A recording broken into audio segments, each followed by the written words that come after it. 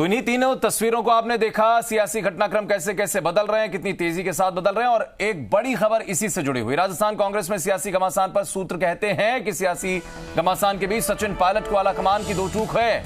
आलाकमान दबाव की राजनीति बर्दाश्त नहीं करेगा।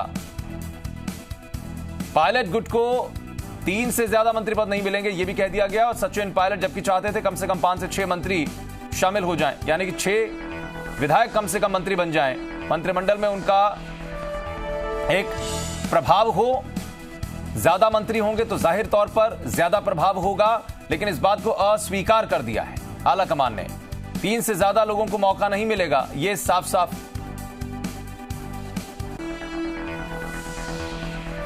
और 9 खाली पदों पर बीएसपी से पहुंचे निर्दलियों को भी करना है एडजस्ट। ये भी कैबिनेट विस्तार में दिखाई पड़ने वाला है। सचिन को पहले किसी राज्य का प्रभारी बनाने का भी ऑफर दिया गया था। यह भी कहते हैं सूत्र, अगर 3 मंत्री पद पर सचिन पायलट माने तो थोड़ा और ज्यादा महत्वपूर्ण पद उनको मिल जाएगा।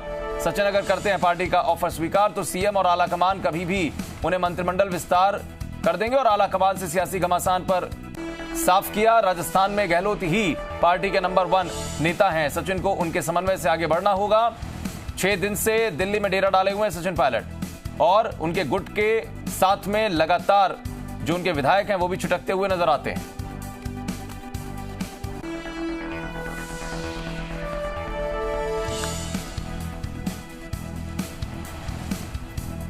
तो राजस्थान में गहलोत सरकार पर संकट के बादल जब छाए तो बीएसपी ने उनको संभाला। ऐसा बीएसपी के वो विधायक कहते हैं जो कांग्रेस में आ गए। उनकी सदस्यता को लेकर भी बहुत बार सवाल खड़े किए गए कि एक राष्ट्रीय स्तर की राजनीतिक पार्टी जो क्षेत्रीय स्तर पर सिमट गई है, लेकिन राजनीतिक पार्टी का एक अपना प्रोटोकॉल होता है। उसके राष्ट्रीय अध्यक्ष या महासचिव के बिना या जो भी पार्टी का संविधान है उसकी बात किए बिना कैसे कोई किसी और राजनीतिक दल में विलय कर जाता है। इसको लेकर सवाल भी खड़े हुए थे कि क्यों अगर वो विलय कर चुके हैं तो कांग्रेस का उनको उनकी सदस्यता नहीं दिला दी जाती। इस पर बहुत सारे विमर्श शुरू हुए थे, लेकिन आखिर में वही चीजें अब सामने आकर खड़ी हो गई हैं।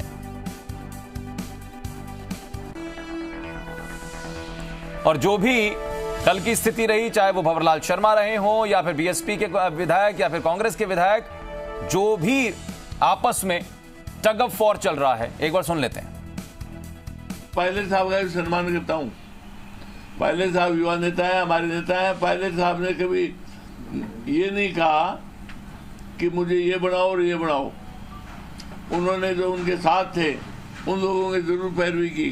फिर मेरी समझ में कुछ छोटे लोग हैं वो बड़े पदों पे आ गए, जिससे पार्टी को नुकसान होने जा रहा है। सचिन पायलट ने साफ कर दिया कि मैं बीजेपी में नहीं जा रहा हूं।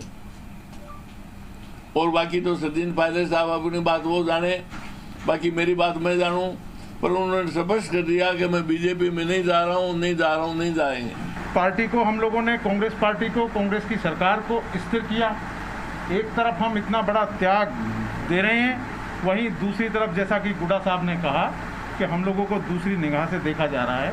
ये बड़ा दुर्भाग्यपूर्ण है कि यहाँ से ऐसे 10-20 लोग चले जाते हैं और फिर तफरी करके वापस आ जाते हैं, फिर उनका स्वागत हो जाता है। ये भी उस टाइम नहीं कहते। अगर हम 10 और 6 लोग नहीं होते, 19 लोगों के जाने के बाद तो बहुमत तो खत्म हो ही गया था। तो उन लोगों की वजह से तो सरकार गिर चुकी थी। वो बार बार एक बात कहते हैं कि कांग्रेस पार्टी का हाईकमान कांग्रेस कार्यकर्ताओं की सुना। किन कार्यकर्ताओं की बात कर रहे हैं? गद्दार।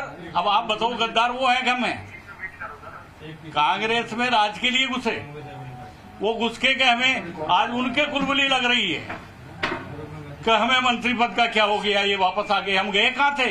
हम तो प्रियंका जी से मिलने गए थे, हम राहुल जी से मिलने गए थे। ऐसे लोग अगर कांग्रेस पार्टी को अनुशासन का पाठ पढ़ाएंगे या गद्दार कौन है कौन वफादार है इसकी परिभाषा देने लगेंगे तो मैं समझता हूं कि कांग्रेस पार्टी के लिए ठीक नहीं है। बात यह है कि कौन पार्टी में रहकर अपनी आवाज को उठा रहा है और कौन ये चाह रहा है कि ये लोग वापस भाग जाएं। क्यों? ये सब चीजें मुख्य रूप में मुद्दा है।